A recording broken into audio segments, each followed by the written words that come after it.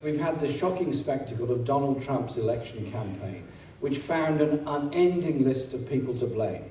Women, black people, Mexicans, Muslims, everyone except the billionaire class of tax dodgers to which he himself belongs. Of course, they are not to blame for anything. However, it would be wrong of us to not remember that Donald Trump and his campaign did tap into real problems.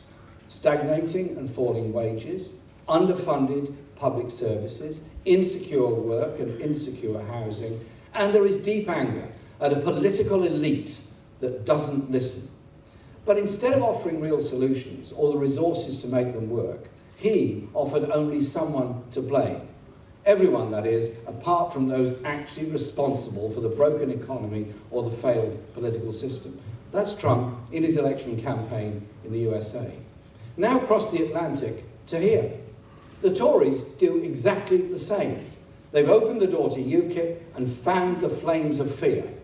Nigel Farage blames immigrants, yet offers not a single practical proposal to put a penny more into our National Health Service.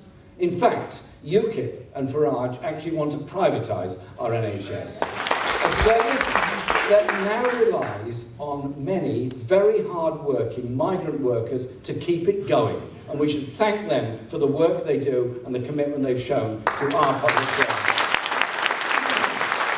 Theresa May, as Home Secretary, fed the idea that immigration was the real problem. Made promises she knew she couldn't deliver about slashing numbers, and she whipped up hate with those notorious go-home vans. Neither billionaire Donald Trump nor the billionaire-backed Tories have any interest in giving people back real control or reining in the predatory excesses of a globalised free-for-all.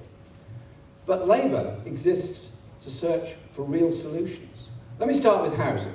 Homelessness has risen every year that the Tories have been in power, and families have been forced into overpriced, poor quality, unregulated private sector rents. We put forward a plan to invest in building housing and to create skilled jobs in the construction sector and to meet higher standards of energy efficiency, benefiting the occupants and the environment.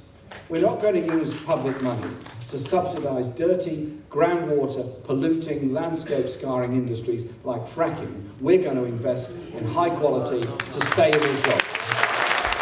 To those who commute on Southern Rail, I offer you this pledge.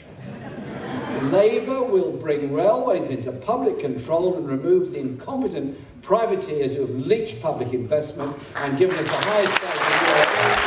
We don't, as a party, have the benevolence of many press barons, you may have noticed that.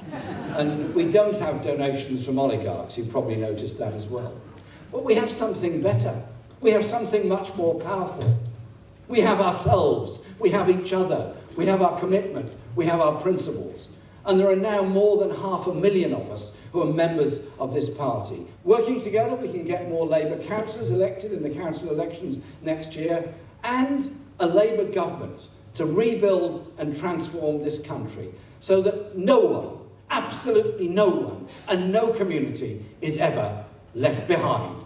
That is the Labour message. Thank you very much.